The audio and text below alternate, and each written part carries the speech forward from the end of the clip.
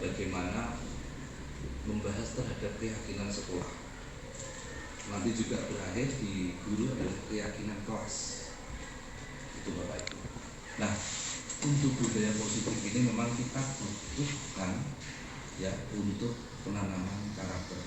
Tentu kita ketahui bahwa saat ini kita permasalahannya ada di karakter. Nah, kalau kita melihat yang sudah kita laksanakan di sekolah terkait dengan budaya-budaya positif yang sudah ada, bagaimana aturan, terus kemudian pada saat pagi hari anak-anak kita adakan apel, terus kemudian bagaimana budaya industri itu kita laksanakan dengan baik, terus kemudian bagaimana safety komitmen dan K3-nya di workshop kita jalankan, itu adalah salah satu bagian dari budaya positif kita. Nah, untuk itu Bapak Ibu, kami ingin diskusi pada pagi hari ini. Mungkin nanti bisa dari Bapak-Bapak, Bapak Ibu memberikan masukan. Nah, ini juga menjadi sharing kita, jadi belajar kita Pak, belajar kita bahwa apa sih pentingnya penerapan budaya positif dari sekolah.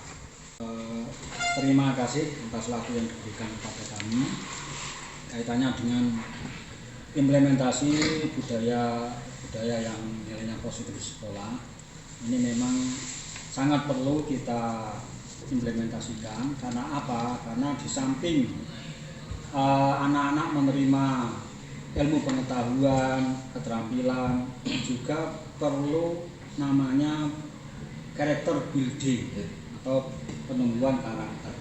Nah, di penumbuhan karakter ini itu bisa kita tumbuhkan bila mana ada suatu kebiasaan, kegiatan yang dilakukan setiap hari, sehingga kegiatan-kegiatan tersebut nanti bisa menjadi budaya yang ada di sekolah kita ini.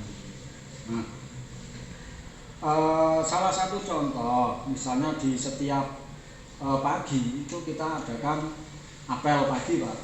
Nah, apel pagi ini juga merupakan budaya positif, atau ketika kita implementasikan 5S, salam, senyum, ini juga merupakan budaya-budaya positif yang ada di sekolah kita ini. Di samping itu juga ada ketika untuk menjaga kebersihan kita juga sediakan tempat sampah. Nah, yang itu sesuai dengan jenis sampah yang akan kita buang di tempat tersebut. Ini juga merupakan budaya yang perlu kita terapkan di sekolah ini, karena dalam rangka menumbuhkan karakter pekerjaannya tersebut. Budaya yang di industri, kebiasaan tadi sudah disinggung. Contoh misalkan kita berjalan diatur, kita dituntut sesuai dengan harapan. Karena apa? Di industri itu banyak hal-hal yang harus kita perhatikan. Terutama adalah contoh di sana itu banyak eskavator, kemudian lift yang berjalan. Kalau kita tanpa melihat safety yang ada di kita di sana, kita juga tidak bisa memahami. Maka sekolah kita itu namanya adanya sebagai simulator, sebagai acuan, sebagai tempat untuk latihan, sehingga kebiasaan yang ada di sekolah, kebiasaan yang dijalankan di industri itu sepaham, seirama, sehingga anak-anak terbiasa ketika dia begitu masuk di industri, ternyata dia tidak begitu kaget. Oh, ternyata industri ini yang sudah biasa kami lakukan di sekolah. Maka dengan seiring dengan perjalanan sekolah dengan budaya positif ini Pak, tentunya satu, membuat kenyamanan anak terhadap pada saat pembelajaran, sehingga anak-anak tersebut dia merasa tidak terbebani, bahkan berada di sana ya merasa enak. Bapak Ibu, untuk strategi yang bisa kita implementasikan yang ada sambil melihat potensi yang ada di sekolah. Mungkin apa? Monggo. Nggih. Dulu saya sebagai fasilitator yang jembatani. Mungkin tadi pun pada saat rapat pertama juga sempat disinggung juga bahwa karena kita sebagai guru akan menjadi apa itu namanya? Model teladan Terkait budaya positif, memang ini sangat penting sekali dan sangat baik untuk kita kembangkan di SMA kita khususnya. Salah satu contoh aja di setiap pagi hari kita ya usahakan lah, apalagi yang di top manajemen datangnya lebih awal seperti itu. Jadi kita berikan contoh ke anak-anak. Jadi tidak hanya pada saat ada tugas apel baru datang awal, tapi setiap kalau bisa setiap hari lah, setiap hari. Ya, terima kasih waktunya Pak.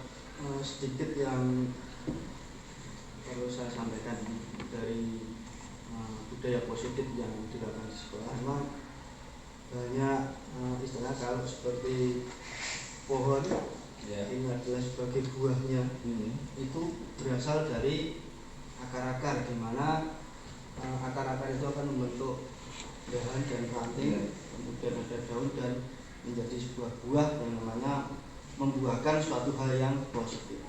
Nah, oleh dari itu kita harus tahu kondisi akarnya seperti apa, dahannya seperti apa, daunnya seperti apa, seperti itu.